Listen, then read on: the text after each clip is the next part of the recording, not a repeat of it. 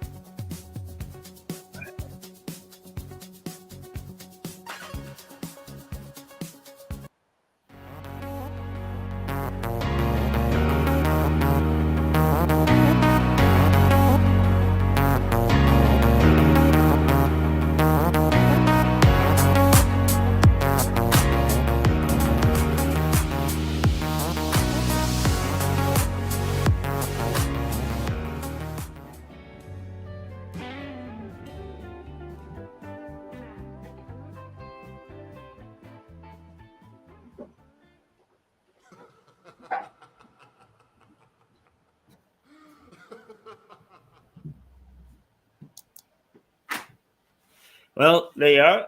It's not a bad day, all in all, a moderate breeze. And now there's Grant. Now he's part of the backup team. Come and stick your face in front of the television camera, Grant. Yeah, he's a lovely man. He's part of the crew that welcomes me here every morning and makes me feel very much at home. In fact, makes it a pleasure to come into the office. Where did you disappear to? Oh, he's hiding behind the bar. He's a bit camera shy this morning. What I'll do is I'll throw a whiskey into him tomorrow morning and relax him so that he doesn't feel so shy. Anyway, I have a marvelous backup team here. There's Jane, who is taking a week off. There's Shannon, who is here in all her glory, a gorgeous girl and very, very welcoming. There's Steve, there's Grant, there's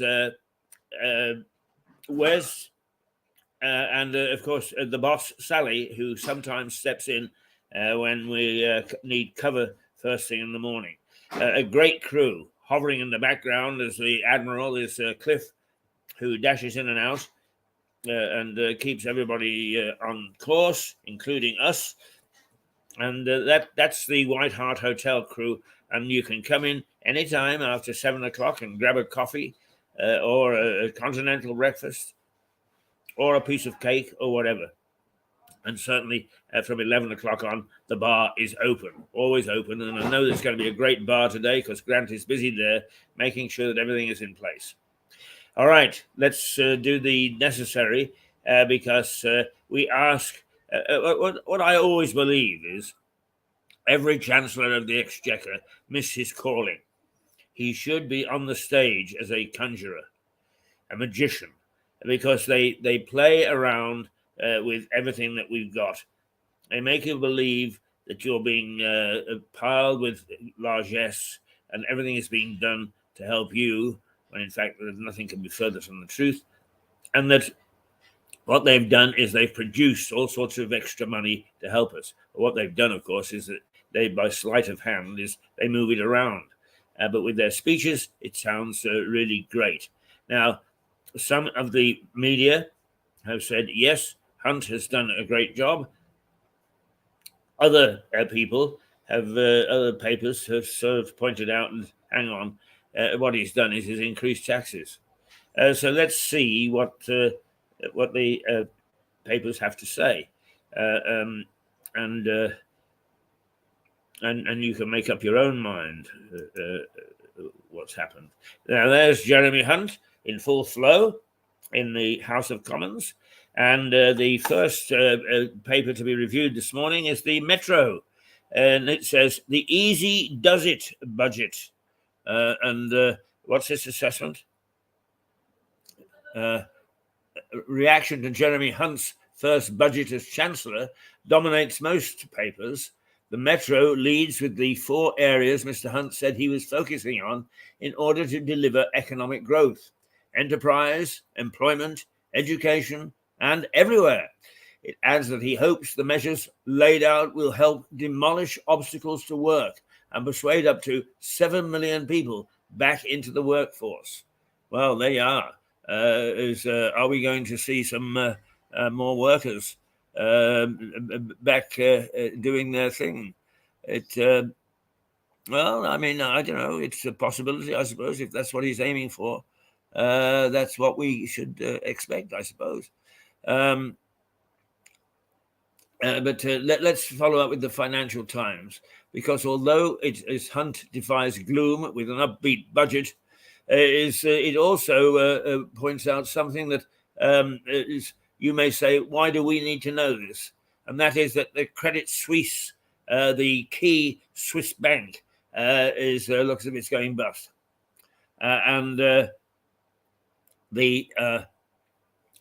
That is important because it is a huge part of the financial system. And if it goes bust, the shockwaves are going to be enormous. They'll be global. And that means that we in this small corner of the world, or wherever you may be watching, are going to get caught up in it. So be prepared for yet another financial shock, as if we haven't had enough of them. This budget, is it a voter-friendly budget? Or is it a budget that is, I mean, in that picture, you can see that Rishi Sunak is sitting next to him, who is now Prime Minister and who was the Chancellor and who delivered 2 budgets that were smoke and mirrors. He didn't do anything for anybody except he made a grand speech and everybody got excited. And then 3 or 4 weeks later, once they actually started to look at things and things began to kick in, they realized that what he'd done was he just shoveled around the money that he'd got and put different titles on it. So is that happened this time? Who knows? But what does the Financial Times say? The FT says a £9 billion tax break for business, the expansion of free childcare for under 3s, and the surprise abolition of the £1 million cap on tax-free pension contributions made for a defiantly upbeat budget. The paper says Mr. Hunt welcomed forecasts suggesting the UK was to avoid a recession by telling the Commons the declinists are wrong, though it also quotes Labour leader Sir Keir Starmer calling the new pensions tax break a huge giveaway to some of the wealthiest people in the country. Well, I don't get excited about that either. Politicians calling as one former colleague emailed to me yesterday, pot, black, does it ring a bell? The fact of the matter is that they are so wrapped up in politics they've forgotten what they're doing their job for. They really are, or really am, or really, yes, really are. Get the English right, the grammar right. But the fact of the matter is it takes a little time to find out whether this is doing us any good or not doing us any good. So the Daily Express says we'll make this work for Britain, it says. The Chancellor is described as resolute on the front page of the Express. The paper says Mr. Hunt resisted demands for tax cuts from some Tory MPs and insisted that the government's plan was working. The Sun, it focuses on just one part. Tanks a lot, it says, TANKS. And basically what it says is the paper says the Chancellor has saved every driver £100 a year by scrapping a proposed 12p rise in fuel duty. So the Sun is aimed at the motorists and has said Look, hasn't he been kind? So they're giving him, at least if they're damning him with faint praise. The Times. Hunt waves through the biggest tax burden since the war. Aha, the Times not very happy. The Times highlights forecasts by the Office for Budget Responsibility suggesting that by 2027, freezes to thresholds on income tax and national insurance will be equivalent to a 4p rise on the basic rate of income tax. The paper accuses Mr. Hunt of waving through the biggest tax burden since World War II. So there you are, another viewpoint. And the Eye carries on with that, a stealth 4p rise in income tax, with 6 million people facing the squeeze. 6 million people will be affected by the stealth 4p rise in income tax, according to the Eye, though the paper also notes forecasts suggesting that inflation is expected to fall from the current rate of 10.1% to 2.9% by the end of this year is a positive. The Daily Mail. Is it enough to turn the tide? It says it was an assured performance with eye-catching reforms to childcare and pensions. But we had a little message from YouTube there. Is it enough to turn the tide? The Mail says Mr. Hunt delivered an assured performance and eye-catching reforms, but the Tory MPs have warned him he now has to move fast to cut a soaring tax burden. The paper reports that party strategists hope the steady-as-she-goes budget will begin to fight back on the economy ahead of potential tax cuts next year. The Guardian. Giveaway for the 1%. Well, we have to expect certain things from the Guardian. It also mentions fears over the Credit Suisse send the market plunging. So that Credit Suisse crisis is very much in the forefront of people's thinking this morning, as well as the budget. The pension changes in the budget put the wealthiest in line for an enormous tax cut and amounted to a giveaway for the 1%. According to the Guardian's front page, the paper says that someone with a pension pot worth £2 million will now get a tax cut of $275,000 when they take their tax-free lump sum. Right. Who's got a? Well, I suppose there are lots of people that have a pension pot worth $2 million. The way that the big business hands out money to their CEOs and some of their directors, they flash money around as if it's going out of style. Well, it is going out of style. We can't use cash anymore, or at least it's very difficult to. That doesn't mean to say that the big boys, the retail finance sector, the energy sector, and other sectors aren't picking our pockets all the time. And that goes for the supermarkets too. Boy, are they having a field day. Ham slices, £1 pre-lockdown, or pre-crisis, up to £1.50, just with a flash of a pen. Now, aren't we good? Look what we've done. We've taken the ham at £1.50 and we've reduced it as a special to £1. No, that's what it was before. Stop trying to pull our legs in a very fierce way. Right, okay, the Mirror. Pots for the rich. Hunt's $3.8 billion pension gift to wealthy, but nothing for the public sector workers, it says. Well, that once again is exactly what we would expect from the Mirror.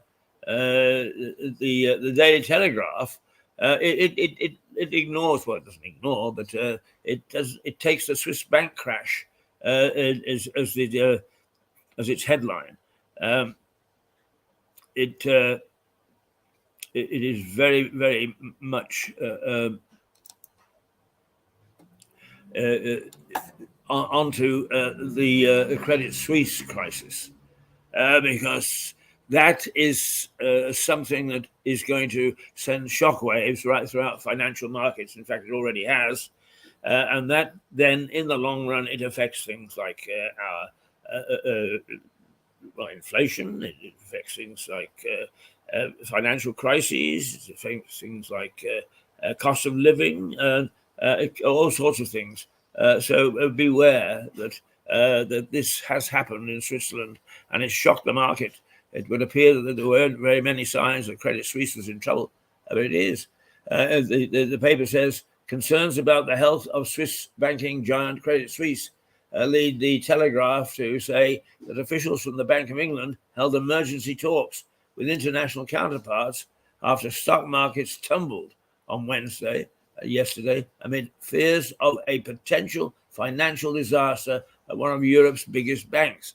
It adds that Switzerland's central bank has pledged Credit Suisse will be propped up if necessary. So Credit Suisse isn't going out of business. But it's like all the big banks, they get themselves into trouble. And then it's the public purse that helps them out. And then after that, they forget and they go back to picking our pockets and paying exorbitant sums to their chief executives, who are the people that get them into the mess in the first place. It just needs really looking at very carefully. Now, the Star. We can always guarantee that the Star will do something for us.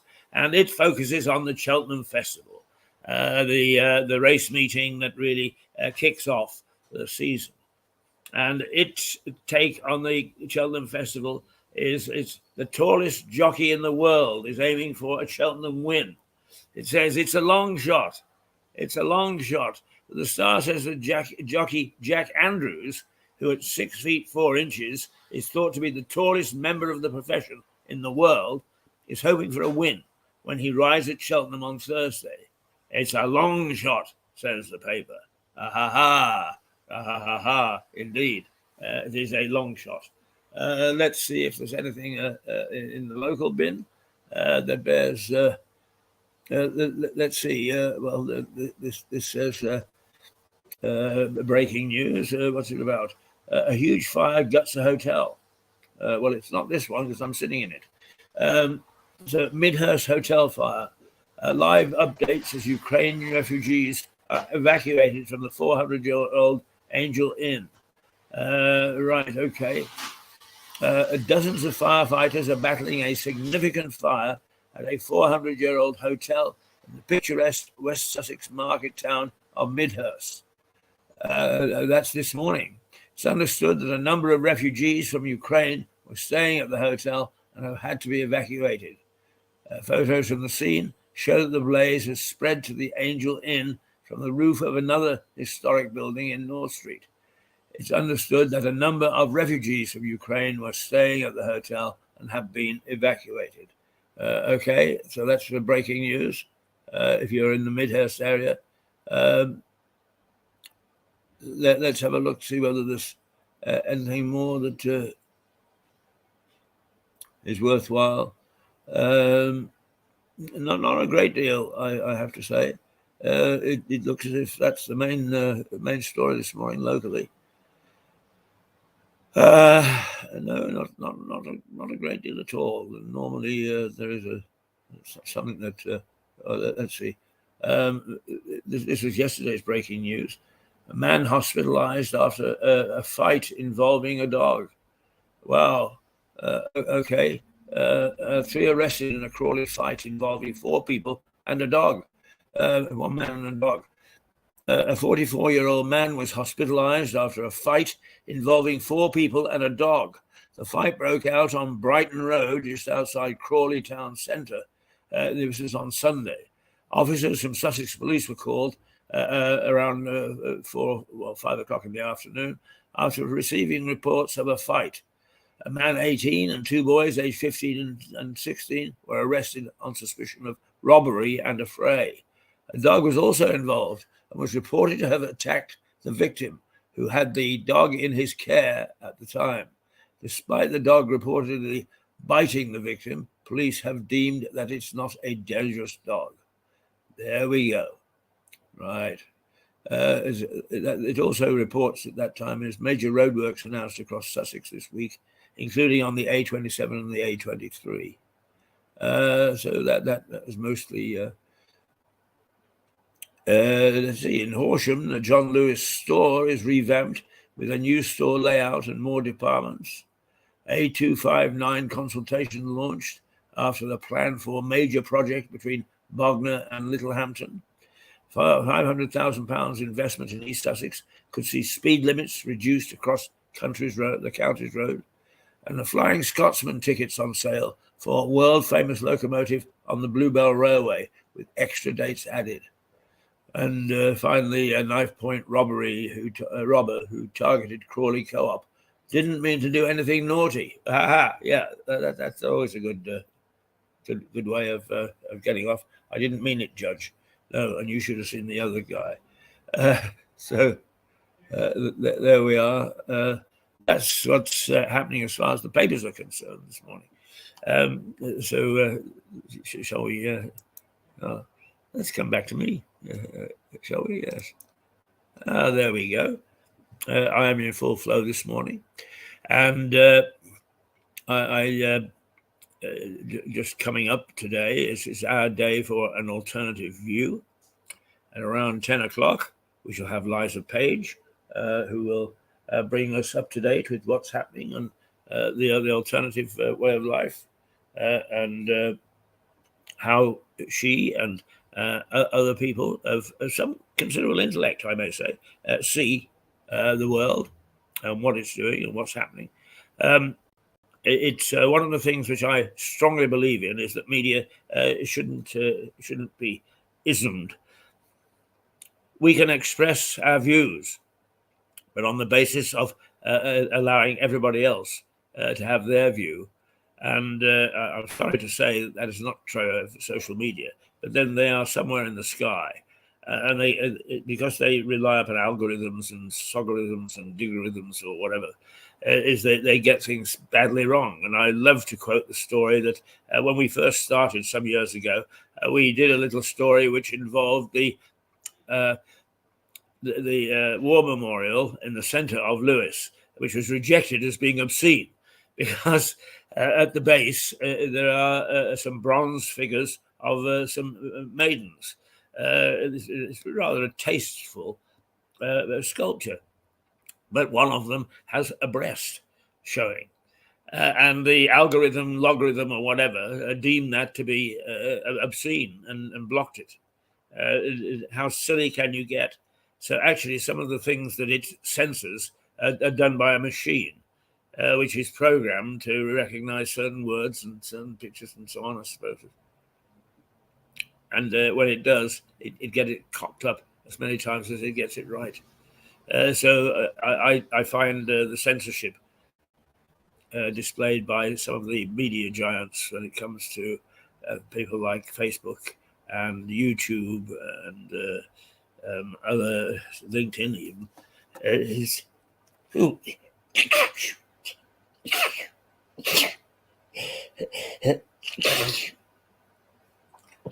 now the Romans believed if you sneezed off to the left, that was good luck. I don't think I did. I did sneeze to the left. I think I sneezed straight on. Oh dear. That must mean I'm neutral, just as I'm saying we're neutral. Well, no, we're not neutral. We express our opinions on this station. But what we do is we do express it on the basis of fact. And we do censor. We will not have obscenity. And we will not have libel, even if we think we could get away with it. Those two things are banned. They would be banned by law anyway, but we most certainly will not indulge in them. Other than that, we give full rein to a whole variety of views, some unpopular, some very popular, some neutral. And indeed, we find that our viewers do take sides. And if you want, we can have a good old debate. We really can. Let me say to you that this hat is still up for sale at £151,000 plus a penny. And that's because Harrison Ford's went on the block for $150,000. Although I've got a feeling he went on the block for $150,000, so far cheaper than this one. But I point out that this has been to well over 40 countries in the world. It's been battered, and it's appeared on screen 500 times more, 500 plus, than Harrison Ford's has appeared on the big screen in the movies. So I figure that it is far more valuable. So if you want to buy it, that's the price, $150,000 plus one. Shall we let it's 5 to 9. Almost time for us to go. Go.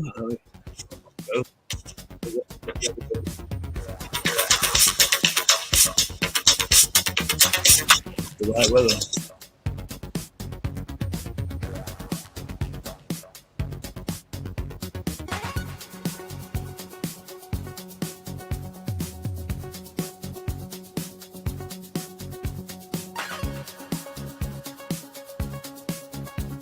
No, it's not.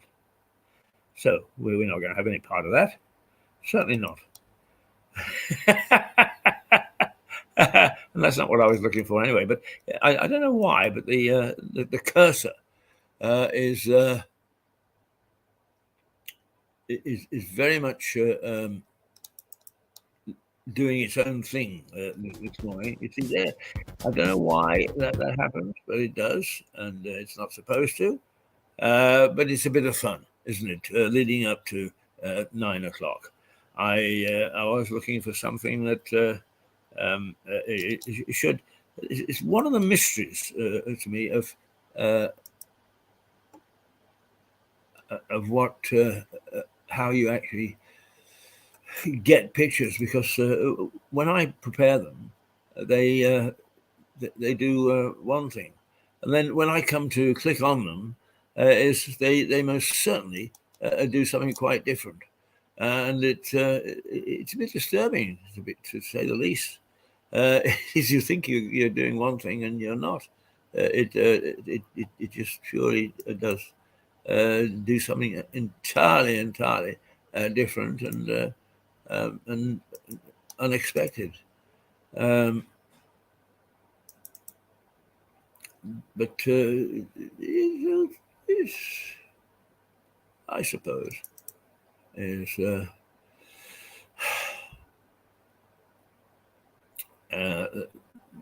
I'm just looking through some of the things that we've got here, and they're sort of interesting, and we will be showing them over the next few weeks. So do keep tuned in, because this now I've talked us through to it's only 1 minute to go. So there we go. The headline again this morning, or the newspaper headlines in the main: Hunt defies the gloom and a giveaway for the 1%. So some people are saying, "Hey, this is a very good budget, isn't it? It's nice and equitable, and it's looking after getting people back to work and so on and so forth." But once again, the main thing of a tax cut or tax relief helps the very rich and stuffs more money into their pocket. I don't get too upset about that. We all have the opportunity to become rich. I am church mice poor, but that's because I take lots of risks, lots of chances. But by golly, I'll tell you, I've had one hell of a ride. It has been a lot of fun, and I don't intend to give that up. Oh, no, indeed. So we're off the air for the next half hour. We will rejoin you, and then at 10 o'clock, we have Liza Page. Join us then. Toodle pip.